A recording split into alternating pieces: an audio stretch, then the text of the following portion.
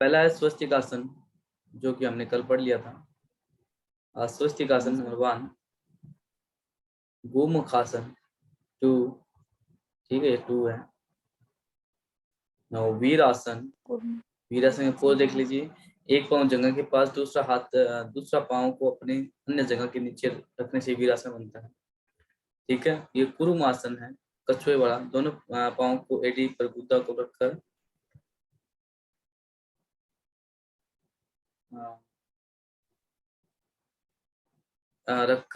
Audio से गुद्दे भाग को दबाना,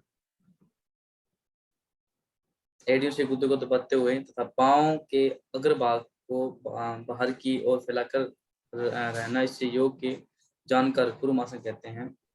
तो ये है हमारा द्वितीय, तृतीय, चतुर्थ, ये चतुर्थ है हमारा, चौथा। ये पांचवा कुक्कुट आसन, ठीक है। कुक्कुट में क्या होता है, दोनों पाँव को सॉरी इस तरह आपको फोल्ड करना है, उसमें से हाथ को निकालना है, ठीक है। कुक्कुट की तरह आपको ऊपर की तरफ उठना है, जो कि इसमें दे रखा है। पंचम और ये 6 है, षष्ठम उतान कुरुमासन, ठीक है। और ये है धनुरासन 7, सप्तम, और ये है अष्टम, ठीक है। 8वां मत्स्येंद्र आसन, ठीक है ना। मत्स्येंद्र का पता है मत्स्य आसन किस प्रकार से बनना है, मत्स्येंद्र अर्ध मत्स्येंद्र आसन, ठीक है। एक लेग को बैंड करना, उसके हाथ की, उस मैंने आपको कहा था ना, ये घुटना, ये पिंजा घुटने से क्रॉस न करें, ऐसा उसमें आकृति बनती है। अब इसमें ये देखिए, गणेशता का मत्स्येंद्र आसन ठीक जैसे इसके जैसा नहीं है। इससे श्लोक में मत्स्येंद्र की स्थिति प्राप्त करने के लिए शरीर को स्वाभाविक रूप से बाईं और मुड़ना चाहिए, किंतु इसको दूसरी ओर से करने से पुनः शरीर के सभी अंगों को दाईं ओर से मोड़ना चाहिए। मत्स्येंद्र का विवरण इस पुस्तक में अपूर्ण होने के कारण अभ्यासों को स्वामी कुलेनंद आसन नामक पुस्तक में अर्ध मत्स्येंद्र का विवरण देखना चाहिए। लेखक के अनुसार एडी को जंगा मूल के रखने के बजाय शिवनी के से लगाना चाहिए, यानी कि आपके साइड में रहेगा, आपकी थाई की साइड में रहेगा, शिवनी नाड़ी वहां पे होती है, ठीक है। तो ये है अष्टम, और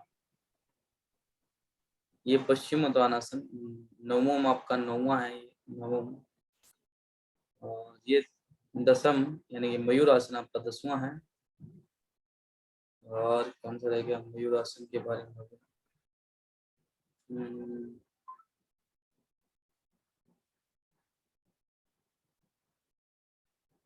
ये 11,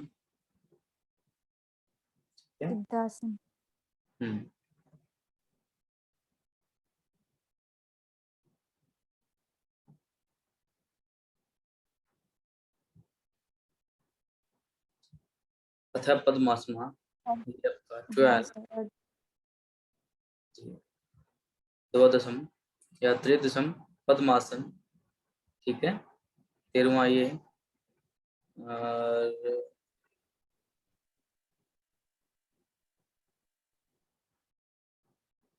ये 14वां आपका, ठीक है। 15वां, ये 15वां आपका,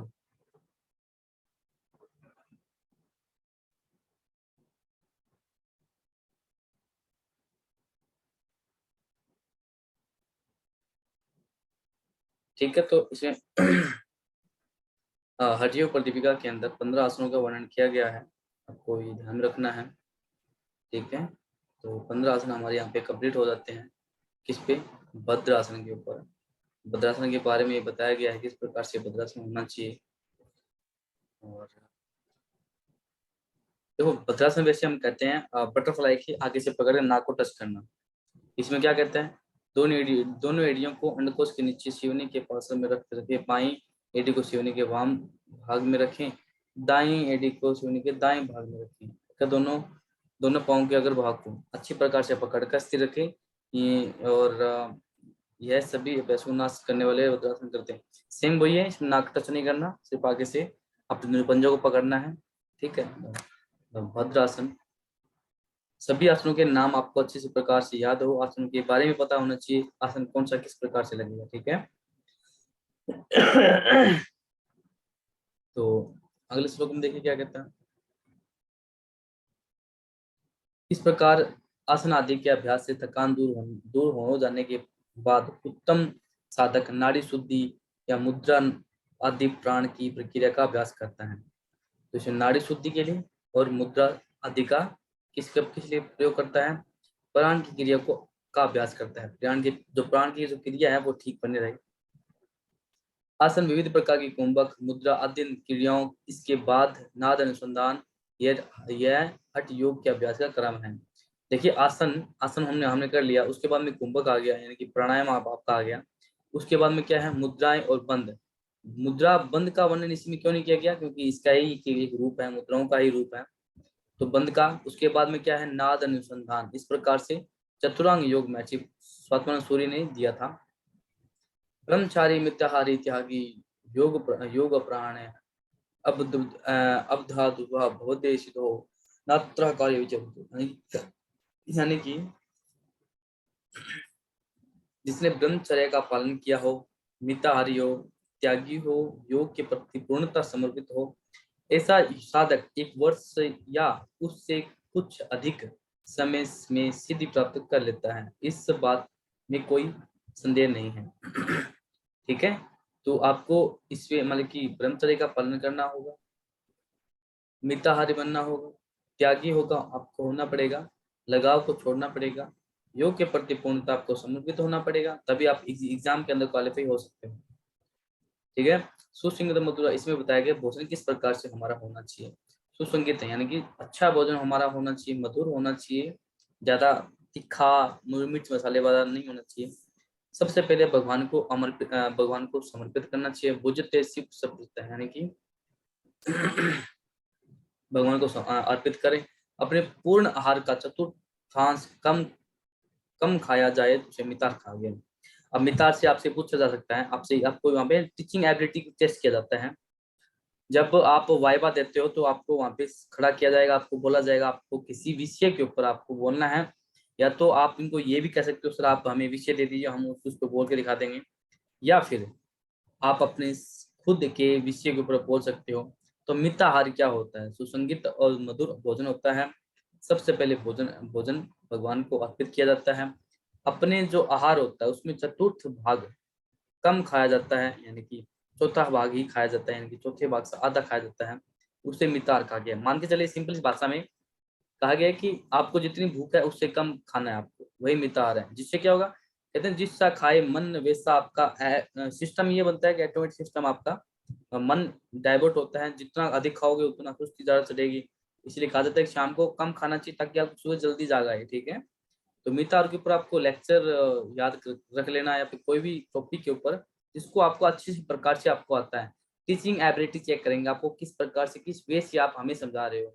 ठीक है, अब देखिए पथ्य हो रहा है। पथ्य क्या है? हमें पथ्य मतलब जो खाने लिया लाइक जो भोजन है। अपथ्य जो हमें नहीं खाना चाहिए, जिससे हमें परहेज करना चाहिए। तो इसमें क्या कहा गया है? कटु अम्ल तीक्ष्ण लवण। ठीक है, यानी कि कटु कड़वा नहीं होना चाहिए, अमल मतलब कि जिसमें खट्टा वाला सिस्टम होना होना चाहिए, तीक्ष्ण मतलब तीखा ना होना चाहिए, लवण नमकीन युक्त, उष्ण ज्यादा गर्म ना हो, और हरित शाक यानी कि हरी साग यानी हरे रंग की जो सब्जी है। ठीक है, और खट्टी भाजी बताई गई है, तेल बताया गया, तिल, सरसों और मध, मच्छी, बकरे आदि मांस, दही, छाछ, कुल्थी, कोले, बेर और गल्ली, हींग, लहसुन आदि वस्तुओं योग साधकों के लिए अपथ्य कारक कहे गए हैं। ठीक है, तो ये इन चीजों को तो अवॉइड खाना करें। क्या है सर? हाँ जी, तो खाना क्या है सर? अभी देखिए क्या करना है, इन चीजों को अवॉइड करना चाहिए। देखिए अतिशयोक्ति हर चीज की गलत होती है। अब क्या होता है, कड़वा खट्टा भी खाना चाहिए, कड़वा भी खाना चाहिए, लेकिन एक लिमिट अवस्था में। नमक खाएं, वैसे नमक खाना नहीं चाहिए। नमक कौन सा खाएं? जो पहाड़ी नमक है ठीक है, जो हम पशुओं को देते हैं, लाइक कौन सा? कौन सा नमक होता है वो? अ, वो शन जिसके बड़े बड़े होते हैं, वो दाने से होते हैं। ब्लैक कलर का, ब्लैक कलर का, ठीक है ना, वो खाना चाहिए। अभी ये तो हो गया अपथ्य जो आपको नहीं खाना, जो वर्जित बनाना। ठीक है, इन चीजों से आपको परहेज करना है। तो अब हमें खाने क्या है, जैसे आपने पूछा हमें क्या चीज खाना चाहिए। अब अगला देखिए, इसमें भी अपथ्य कारक है, वो क्या है, भोजन महितम विद्या पुनः पुनः युषीकृतम रुक्षणा, यानी कि बताया क्या है, पुनर्रपित यानी कि फिर से गर्म किया हुआ रूखा। हमारे आज का सबको पता है क्या करते हैं, रात की सब्जी हम फ्रिज में रख देते हैं, उसी को दोबारा गर्म कर लेते हैं, वो गलत है। रूखा भोजन न करें, अधिक नमक वाला न करें, खटाई वाला। खासकर महिलाओं को गोलगप्पे अच्छे बहुत अच्छे पसंद होते हैं क्योंकि उसमें खटाई ज्यादा होती है, तो ये गलत है।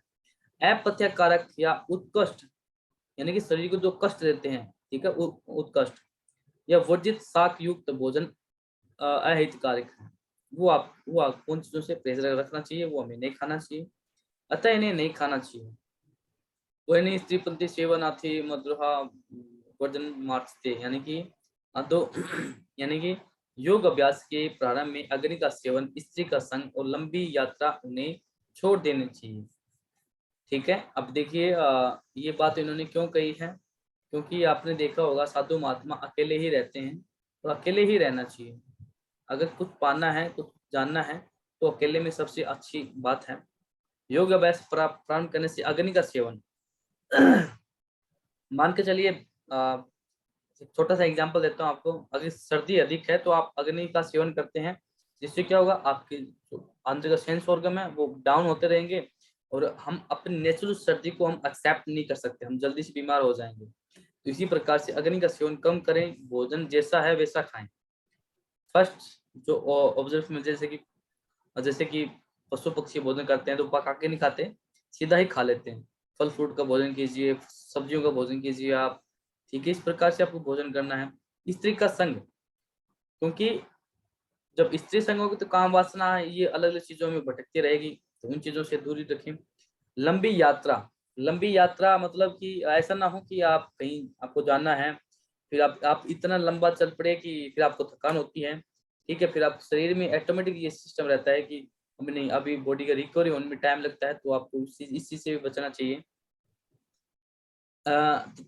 तथा ही गोरख वचनम, ये किसने कहा है, अब जो नीचे वाली लाइन है वो किसने कही है, वो गोरखनाथ ने कही है। क्या कहते हैं, दुर्जनों का स्थान, अग्नि का सेवन, स्त्री का संग, लंबी यात्रा, प्रातः स्नान, उपवास आदि तथा शरीर को कष्ट देने वाले कार्यों को छोड़ देना चाहिए। जिससे शरीर को कष्ट मिलता है उन चीजों को छोड़ देना चाहिए। दुर्जन लोग कौन से होते हैं, जो हमारे कोई काम करनी है, आलतू फालतू बातें करते रहते हैं। कोई कहते हैं आप एग्जाम में क्वालिफाई नहीं हो पाओगे, कोई कहता है आप ऐसे हो वैसे, जो बट उन चीजों को सब छोड़ देना चाहिए। ऐसा कुछ सिस्टम नहीं होता जो हम नहीं कर सकते। कहते हैं सबसे जो खतरनाक चीज क्या है दुनिया में, बताइए आप, बताइए सबसे खतरनाक चीज क्या है दुनिया में, सबसे हिंसक प्राणी कौन सा है। सबसे हिंसक है सर, खुद की हार मान लेना। खुद हार मान लेना। नहीं, इंसान ही होता है सबसे तो खतरनाक आदमी। सबसे खतरनाक चीज वही होती है, उसके अलावा कोई और चीज है ही नहीं दुनिया में। ठीक है, तो इन चीजों को सब त्याग देना चाहिए। तो सब दुनियादारी है, अगर हम ये सोचते तो आज हम यहाँ थोड़ी होते। ठीक है, अगला देखिए क्या कहता है, तो हमें क्या कुछ करना चाहिए, पथ्य कारक क्या है, भोजन किस प्रकार से हमारा होना चाहिए। ठीक है, तो ये देखिए, गो गो का शब्द का प्रयोग किया गया है जो सबसे अच्छा है। ठीक है, गोधूम साली मतलब कि बताया गया किस प्रकार से हमारा होना चाहिए, सालम यवम षष्टिम शोभन शोभनात्राम शिरा अज्याखंडा सिरखंडा नवती सितांत मुंद्रा। ठीक है, तो ये बताया गया कि उत्तम योग साधकों के लिए पथ्य कारक भोजन क्या है, आपको ये चीजें ध्यान रखनी होगी। पथ्य अपथ्य क्या है, हठ योग प्रदीपिका के अनुसार से, गृहण संहिता के अनुसार से पथ्य अपथ्य क्या है, शिव संहिता के अनुसार पथ्य अपथ्य क्या है, आपसे पूछ सकते हैं वो। ठीक है, तो हमें बिल्कुल फिट रहना है, बिल्कुल स्टिक रहना है। आपको कुछ नोट्स हैं वो हम आपको दे देंगे। कहता है गेहूं चावल जो साटी चावल जैसे सुपाच्य अन्न, दूध, घी, खांड, मक्खन, मिश्री, मधु, सूंठ, परवल जैसे फल आदि 5 प्रकार के साग। ये देखिए ये जरूरी है, ये पूछ सकते हैं कि साग कितने प्रकार के होते हैं, तो 5 प्रकार के साग बताए गए हैं। जिमती, बथुआ, चौलाई, मेघनाथ, पुनर्वा। ठीक है ना, ये 5 प्रकार के साग आपको याद रखने हैं, हमेशा याद रखने हैं। ये खास करके नहीं को याद नहीं होता, आप जो आपके मित्र हैं उनसे पूछ लेना, 5 प्रकार के साग का नाम बता दो, हम मान लेंगे आप क्वालिफाई। बस नहीं पता होगा, ठीक है। मूंग आदि वर्षा का जल, ये सब चीजों का हमें पान करना चाहिए, ठीक है, तभी हम अपने योग मार्ग में हम आगे बढ़ सकते हैं। सर साठी चावल क्या होता है? भाई ये तो आप घर वाले मम्मी जी बता सकते हैं, मुझे तो इनके बारे में नहीं पता, ठीक है। अब जीवंती पता और है, बथुआ चौलाई? पता है, चौलाई का नहीं पता, मेघनाथ का पता है, पुनरवा, ये सभी जीवन घास है हमारे, जीवन ये जीवंती सभी क्या होता है घास है, सर? सभी घास है हमारे। बथुआ पता है ना? पता है कुंदरा क्या होता है? कुंदरा, कुंदरा आ, रेड्डी साठी चावल की है। कुछ कीटनाशक चीजें हमारे खेतों में पाई जाती हैं, जिसमें से बथुआ और जीवंती में से एक है। और जुलाई, मेघनाथ, अर्जु, हेलो।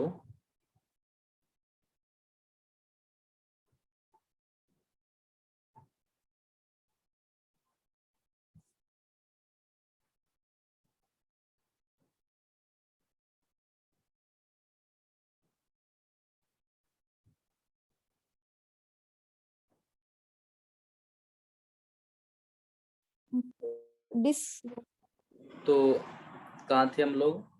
सॉरी, नेटवर्क डिस्कनेक्ट हो गया। हाँ मी, एक मिनट।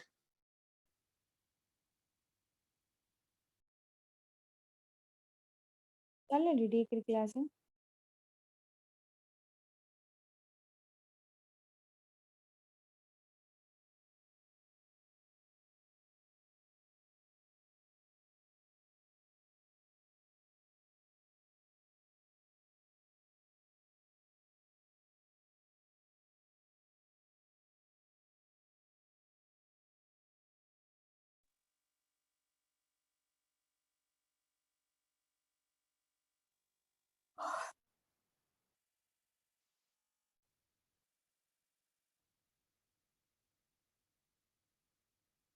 अपन खानी चाहिए गेहूं, चावल, जौ, साठी चावल, सुपच्चे अन्न, दूध, घी, खांड, मक्खन, मिश्री, मधु यानी कि शहद, सूंठ, परवल और फल, और 5 प्रकार के साग, जीवंती, बथुआ, चौलाई, मेघनाथ और पुनरवा, और मूंग, वर्षा का पानी।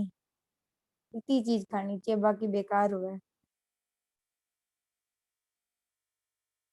चावल बे, नींबू, इमली और मिर्च, ये तो जुमे ही कौन खानी चाहिए।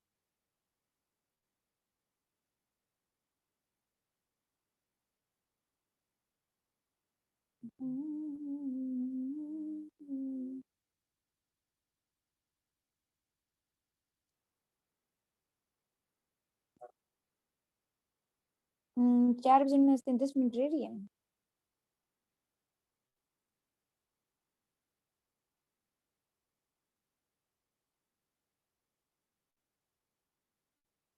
बाहर जाओगे? 5 बजे से ही ले लियो, मन कपड़ा भी धोना है।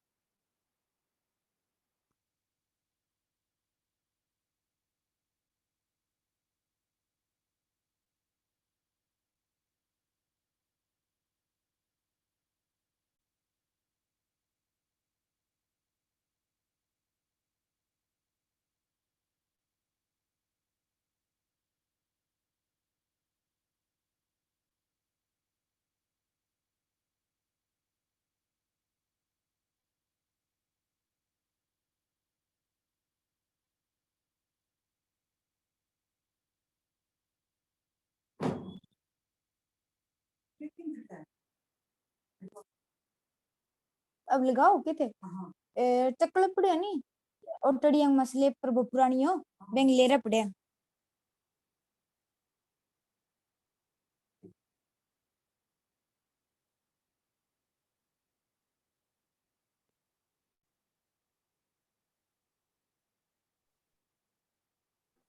ओके,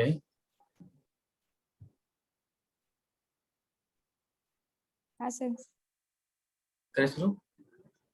हाँ सर।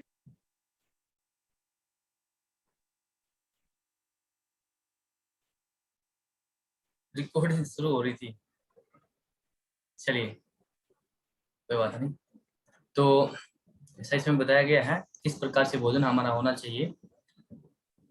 हाँ, इसमें क्या कहते हैं, ब्रह्मानंद ने अपनी जो साधना टीका में उनकी आयुर्वेदिक ग्रंथ में श्लोक लिया था, इस प्रकार के सात अंकों के लिए अनुकूल नहीं है। 5 प्रकार के पत्ते वाले साग को जो आंखों के लिए लाभदायक है वे है जीवंती, बथुआ, मेघनाथ, पनुआ। ये देखिए, ठीक है, ये किस में बताया गया है, परमानंद जी ने क्या कहा था, उनकी जो साधना टीका थी, आयुर्वेदिक का ये ग्रंथ है ये एक, इसमें ये कहता है कि सभी प्रकार के साग आंखों के लिए अनुकूल नहीं है। ठीक है, साग मतलब साग जो हम खाते हैं, ठीक है। और कौन कौन से अनुकूल है, जीवंती, बथुआ, चौलाई, मेघनाथ और पुनर्वा, ये 5 प्रकार के जो साग हैं, खाने से आंखों की रोशनी बढ़ जाती है। ठीक है, अगला देखिए क्या कहता है, अब शरीर को किस प्रकार से भोजन और हमें अनुकूल होना चाहिए हमारा। कहते हैं योग अभ्यासी को पुष्टि कारक, शरीर में पुष्टि बनाए रखे, संतुष्टि बनाए रखे। सुमधुर सुगंध गाय के दूध से बनी वस्तुएं धातु को पुष्ट करने वाला। ठीक है, धातु मतलब जो आपके शरीर में सब धातु है। ठीक है, सब धातु कौन से आपके, रस, रक्त, मांस, मेद, अस्थि, मज्जा, शुक्र।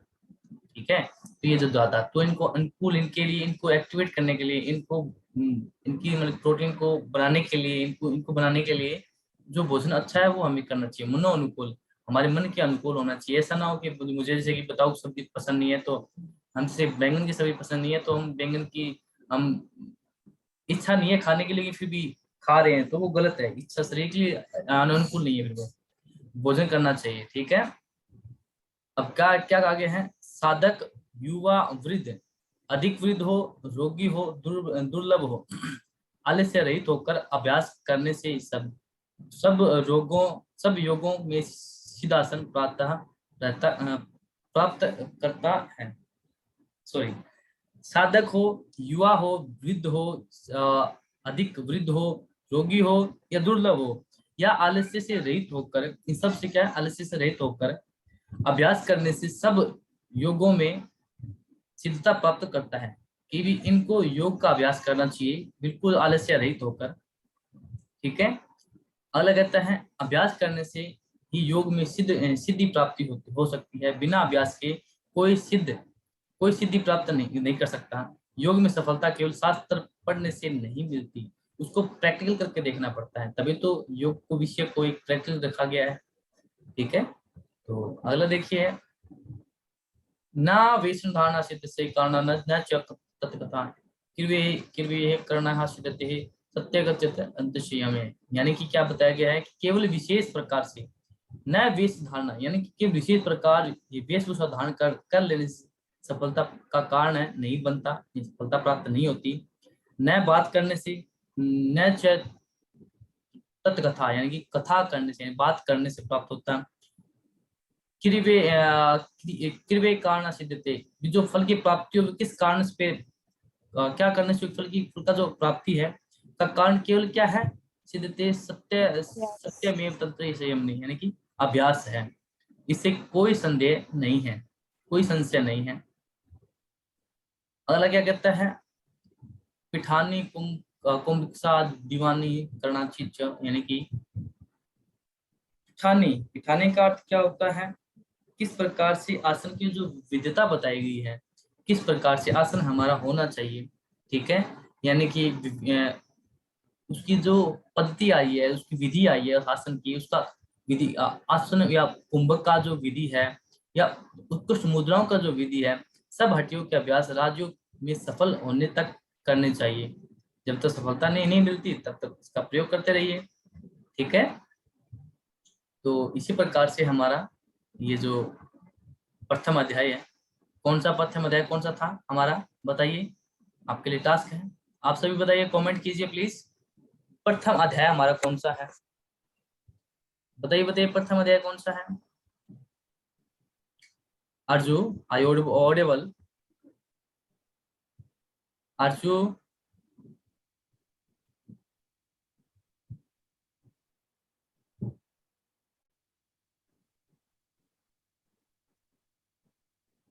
अर्जु,